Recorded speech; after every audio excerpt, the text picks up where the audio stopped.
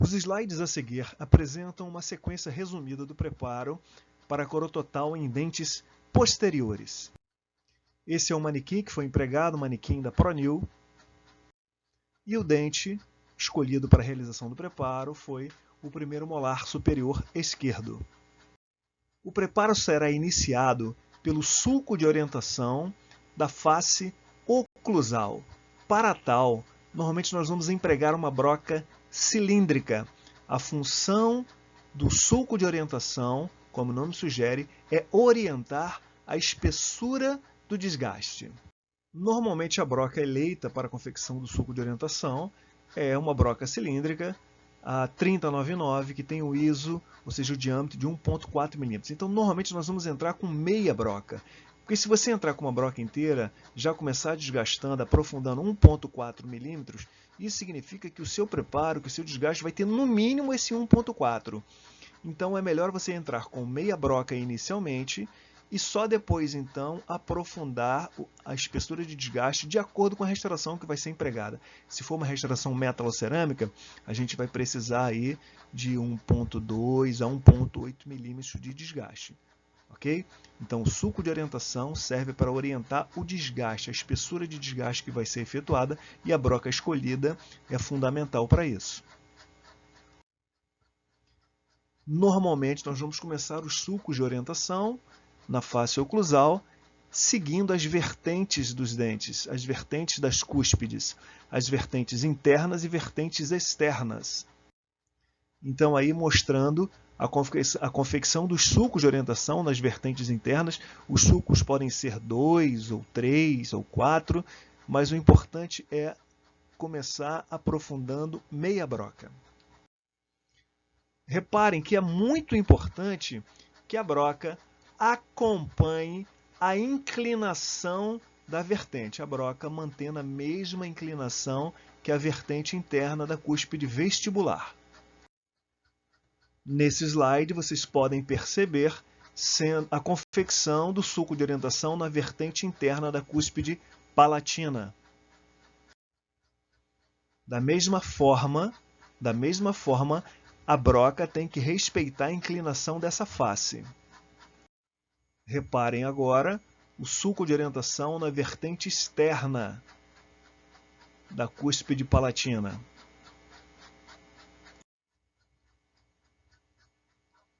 Esse pequeno vídeo mostra, então, como são confeccionados os sulcos de orientação, aprofundando meia broca, e podem ser feitos 2 ou 3 sulcos de orientação.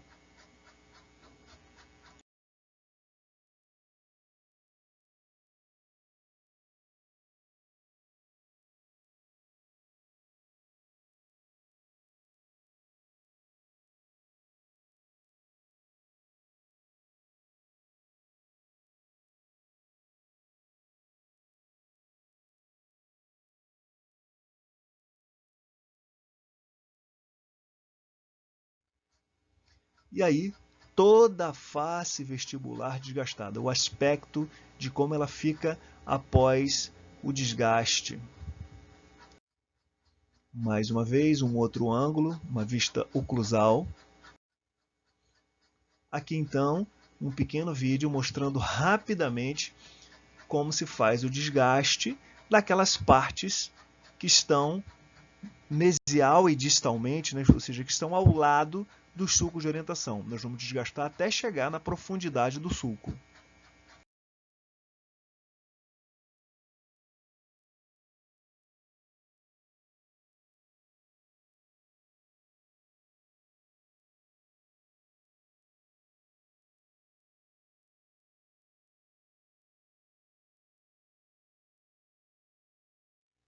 A próxima etapa agora é o desgaste das faces axiais, né? Vestibular, lingual e as faces proximais. Vamos começar também pelos sulcos de orientação. Alguns autores recomendam o uso da 4138 para a confecção do sulco de orientação e depois para a realização do desgaste dessas faces. Reparem aqui, mais uma vez, a 4138, que é uma broca troncocônica com a ponta arredondada, fazendo o sulco de orientação. Mais uma vez aqui, sulco de orientação pela 4138. Mas esse vídeo agora mostra que nós empregamos preferencialmente a broca 3099 para fazer o sulco de orientação, por entender que pelo fato dela ser cilíndrica, a gente vai conseguir controlar melhor essa espessura de desgaste. Depois dos sulcos realizados, nós vamos fazer o desgaste da área que o sulco não desgastou, ou seja, ao redor do sulco, mesialmente e distalmente ao sulco, nós faremos então o desgaste palatino. Normalmente, o desgaste da face palatina é numa única inclinação, seguindo a inclinação da própria parede palatina. Aí um pequeno vídeo mostrando então a sequência do desgaste. Normalmente são movimentos pendulares, né? Ou seja, de mesial para distal ou de distal para mesial. A gente vai desgastar então as áreas ao lado do sulco de orientação que nós realizamos inicialmente.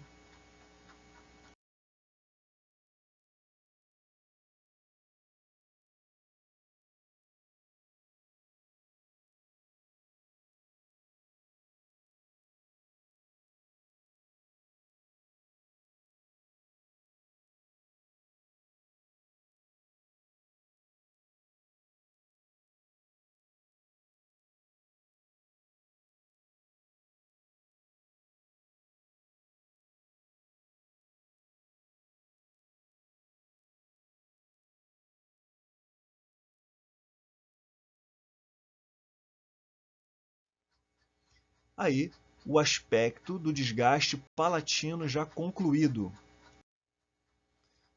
A seguir, nós vamos para a face vestibular. A diferença da face vestibular para a face palatina é que na face vestibular os sulcos de orientação e depois, obviamente, o desgaste terão duas inclinações, seguindo a inclinação da própria face vestibular. Uma inclinação que vai do terço oclusal até o terço médio e outra que vai do terço médio ao terço cervical. Reparem que nesse momento a broca, para fazer o sulco de orientação, não está tocando o terço cervical. Então a gente está fazendo a primeira inclinação, que vai do terço oclusal até o terço médio e depois do terço médio até o terço cervical. Mostrando então já os sulcos de orientação na face vestibular no primeiro plano. Esse é um aspecto inicial do sulco de orientação na face vestibular, uma vista oclusal. Mostrando então o vídeo, a realização, um pequeno vídeo, a realização do sulco de orientação na face vestibular, com uma broca 3099, como nós sugerimos. Repare que está respeitando a inclinação do terço oclusal e do terço médio, e o terço cervical nem está sendo tocado agora. Só num segundo momento é que a gente vai fazer o sulco de orientação usando a inclinação dessa face, ou desse terço da face. Aqui, seguindo o desgaste vestibular, com uma broca 4138. Ainda desgaste vestibular, movimentos pendulares. Um pequeno vídeo mostrando como pode ser feito esse desgaste da face vestibular. Olha lá, movimentos pendulares, indo de mesial para distal, respeitando a inclinação dos terços oclusal e médio, sem tocar ainda no terço cervical.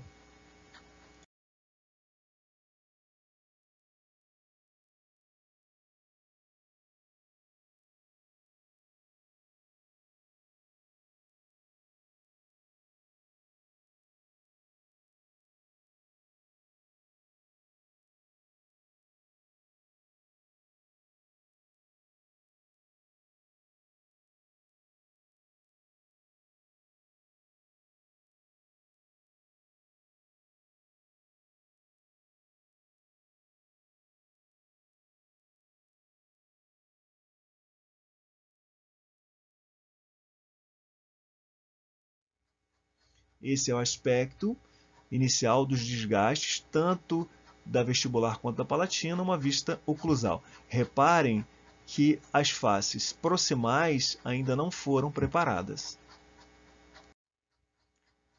Mais uma vez, o aspecto dos preparos na face vestibular e na face palatina.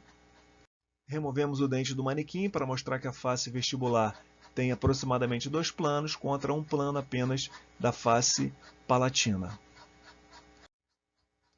Para fazer o desgaste proximal, nós vamos empregar uma broca 2200, que é uma broca cônica com a ponta muito fina, e nós faremos da seguinte forma. Reparem, esse vídeo mostra que a gente vai colocar a broca 2200 ainda na face vestibular, mas a aproximadamente 1,5 mm a 2 mm distante da distal, aqui no caso do segundo pré. E vamos fazer um movimento de vestibular para lingual, vamos desgastar de vestibular para lingual ou para palatina, até que a broca chegue da vestibular, chegue até lá na face palatina.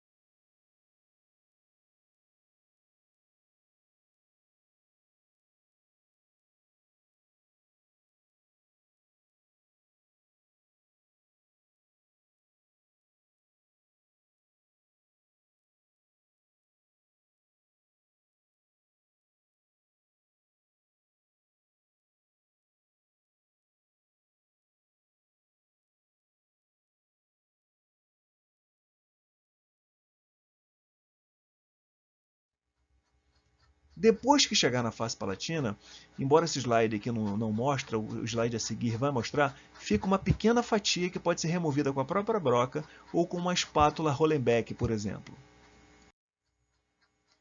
Início do desgaste do recorte proximal com a broca 2200, agora na distal. A broca vai ser colocada paralela e ao longo eixo vai seguir de vestibular até a palatina. Repare a broca já começando o desgaste, já chegando ali no meio do dente, no meio da face distal. Olha lá, uma vista oclusal, a broca já quase chegando na face palatina, seguindo paralelo ao longo eixo. E aí, a broca chegou na face palatina e ficou essa fatia aqui, que pode ser removida com a própria broca ou com uma espátula. Então, é essa fatia sendo removida com uma espátula Rollenbeck. Mais uma vez, mostrando que a espátula pode, através de movimentos em báscula, remover essa parte, essa fatia do dente. E aí, já com as fatias removidas, tanto na face distal quanto na face mesial, a próxima etapa agora é regularizar o preparo, dar o acabamento ao preparo, tirar essas irregularidades que a gente pode perceber nos términos. Para tal, a gente vai empregar a broca 4138. Aqui nós já podemos observar uma broca troncocônica 4138, tocando o término para já dar um desenho de chanfro ao término e regularizando ao mesmo tempo o término e o preparo e as paredes do preparo. Reparem como aqui na distal o término está muito irregular, aqui na mesial também. Essa broca, com suavidade, a gente vai fazer então todo o acabamento do preparo. Mostrando então aqui o desgaste na face distal, né, no término cervical distal. Agora, término cervical mesial. Mais uma vez, só que agora uma vista oclusal. Essa fase é imprescindível para que o término fique perfeitamente alisado, sem degraus, sem irregularidades. E nós já aproveitamos essa fase também para já deixar o término na altura que a gente quer, suprassulcular, ao nível da gengiva, da margem gengival, ou ligeiramente intrasulcular, normalmente na face vestibular. Aqui, como é um preparo para posterior, normalmente você vai deixar o preparo suprassulcular ou ao nível gengival. Essa é uma vista do preparo concluído, uma vista palatina. Reparem que nós deixamos o preparo aproximadamente ao nível da margem gengival. É muito importante, ao examinar o preparo pela oclusal, você visualizar todo o término cervical uniformemente. Isso quer dizer que você conseguiu uma espessura uniforme de desgaste em torno de todo o preparo e não deixou nenhuma área de retenção indesejada. Se eu não visualizasse, por exemplo, essa porção aqui do término, isso poderia significar que haveria uma convexidade excessiva nessa face, numa parede axial, e isso representaria uma retenção não desejada também, áreas retentivas não desejadas. A própria inclinação das paredes, que é em torno aí de 6 a 9 graus, isso já seria suficiente para proporcionar retenção adequada. Mais uma vez, a vista oclusal do preparo concluído. Essa é uma vista vestibular do preparo concluído. É importante observar aqui também a margem gengival, o preparo ao nível da margem gengival. Reparem que o desenho do preparo é similar ao desenho do próprio dente, entretanto sem áreas retentivas, sem excessivas convexidades, como a gente pode ver, por exemplo, aqui ó, na mesial do segundo molar. Essa vista vestibular com o paciente em oclusão é muito importante porque ela nos dá uma noção muito precisa da espessura de desgaste oclusal para que nós tenhamos certeza de que o preparo foi suficiente para eu saber se tem espaço suficiente para colocar a minha restauração aqui. Se é uma restauração totalmente metálica, eu preciso de menos espessura de desgaste. Se fosse uma restauração, uma coroa total metálica, eu podia ter aí 0,4, 0,5, 0,6 milímetros de espessura. Já para restaurações metalocerâmicas e metal free, eu vou precisar de 1,5, 1,8, em algumas situações até 2 milímetros de espessura de desgaste. Aqui os dentes fora do manequim, para que a gente possa visualizar bem, olha aqui, ó, as duas inclinações na face vestibular e uma inclinação na face palatina.